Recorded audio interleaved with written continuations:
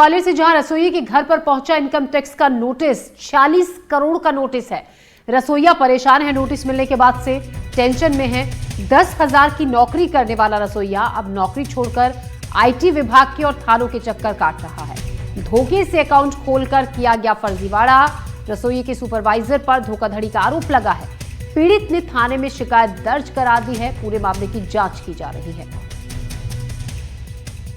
Tax department का कि हमारे द्वारा ये जो नोटिस भेजा गया है ये कोई फेक नोटिस नहीं है, सही नोटिस है और आप इसका जवाब दीजिए लीगली। और अगर आपने नहीं किया है तो आप इसके खिलाफ शिकायत करिए, एफआईआर कराइए। तो जब खाते में ट्रांजैक्शन तो हुआ है रविंद्र जो रेगुलर खाता चला रहे हैं उसमें कोई ट्रांजैक्शन नहीं है। रविंद्र के नाम से एक खाता उत्तम नगर दिल्ली में खुलवाया गया फ्रॉड तरीके से, उस खाते में ये ट्रांजैक्शन हुआ है। दिल्ली पुलिस को हमने अभी तक सूचना नहीं की है, लेकिन ये मामला चूंकि यहाँ मेहरा टोल प्लाजा से ही सब कुछ ताना वाना बना गया है, इसलिए हमने इसकी शिकायत सिरोल थाने में की है और एसपी ऑफिस को की है। ये एक रविंदर सिंह चौहान है, भिंड के रहने वाले हैं और ये मेहरा टोल प्लाजा पर मैस हेल्पर के रूप में काम किया करते थे।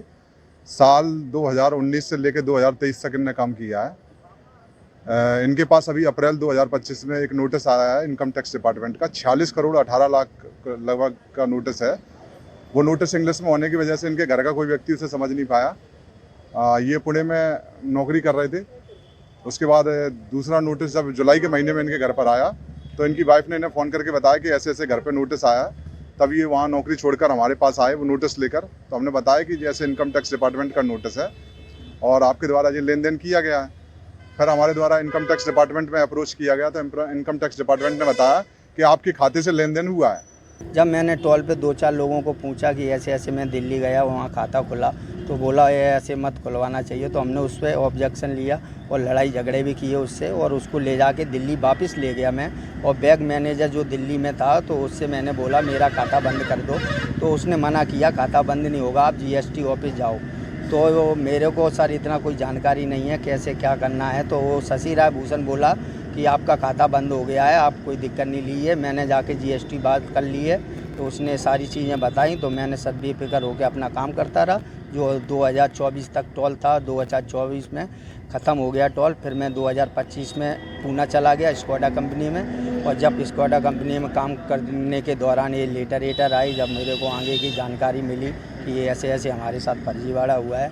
मैं आर्थिक स्थिति मेरी बहुत ख़राब है, मैं एक मजदूर आदमी हूँ, 10,000 की नौकरी कर रहा हूँ, मेरे पास में ऐसा कुछ नहीं है। और आप इस शशि राय जो भूषण है इसकी खिलाफ एफआईआर करना चाह रहा हूँ। मैं 1.5 महीने से घूम रहा हूँ इसके। और इस खबर पर जानकारी के साथ देव श्रीमानी हमारे सहयोगी हमारे साथ जुड़ रहे हैं। देव, 10,000 की नौकरी करता है, रसोईया है पेश से और 46 करोड़ का नोटिस उसके घर पहुंचा दिया गया इनकम टैक्स विभाग की तरफ से। अब जब जांच आगे बढ़ रही है तो जांच कहां तक पहुंची है, क्या कहा जा रहा है? विडंबना यही है ज्योति जी कि इसमें अभी तक जांच ही शुरू नहीं हुई है, क्योंकि वो बेचारा जो रसोईया है वो अपना काम धंधा छोड़ के पिछले 1.5 महीने से थानों और इनकम टैक्स ऑफिस के चक्कर लगा रहा है। बैंक में गया क्योंकि ये जो है ये एक पीएलसी कंपनी थी, उसमें जो है टोल प्लाजा पर सहायक रसोइये का काम करता था। वहाँ कोई सुपरवाइजर था, उस सुपरवाइजर ने इसको जो है जीपीएफ का पैसा निकलवाने का बहाना बना के इसका दिल्ली में खाता खुलवाया और उस खाते से लेन देन करता रहा। इसको इसके बारे में कोई ना जानकारी है ना कोई पता चला। जब इसको थोड़ा आभास हुआ तब ये वहां दिल्ली गया और दिल्ली जाके उसने बैंक मैनेजर से बात की तो उन्होंने बताया कि आपका खाता तब बंद होगा जब जीएसटी में एनओसी मिल जाएगी। इसके बाद उसने उसी सुपरवाइजर से बात की तो सुपरवाइजर ने कहा कि आपका खाता बंद करा दिया गया है। फिर ये पूना में किसी कंपनी में जाके खाना बनाने लगा, लेकिन वहां से बार बार इसके घर नोटिस पहुंच रहे थे। तो जब लौट के आया तब से ये नोटिस को लिए हुए इनकम टैक्स और थानों के चक्कर काट रहा है। ग्वालियर के थाने वाले कहते हैं घपला दिल्ली में हुआ है, वहां जाके उत्तम नगर थाने में रिपोर्ट कराइए। इसका कहना यह है कि इसने चूंकि यही जब नौकरी करता था तभी जो है वो झांसे में आके उसका खाता खुलवाया गया है। बहरहाल वो अभी परेशानी की स्थिति में है, घर परिवार की भुखमरी की स्थिति में है, क्योंकि अकेला कमाने वाला है और मात्र 10,000 रुपए में वो काम करता था। अभी यहाँ लोकल किसी ढाबे पर काम करके अपने परिवार का पालन पोषण कर रहा है और वहां से छुट्टी मिलती है तो वो दफ्तरों के चक्कर काटता है।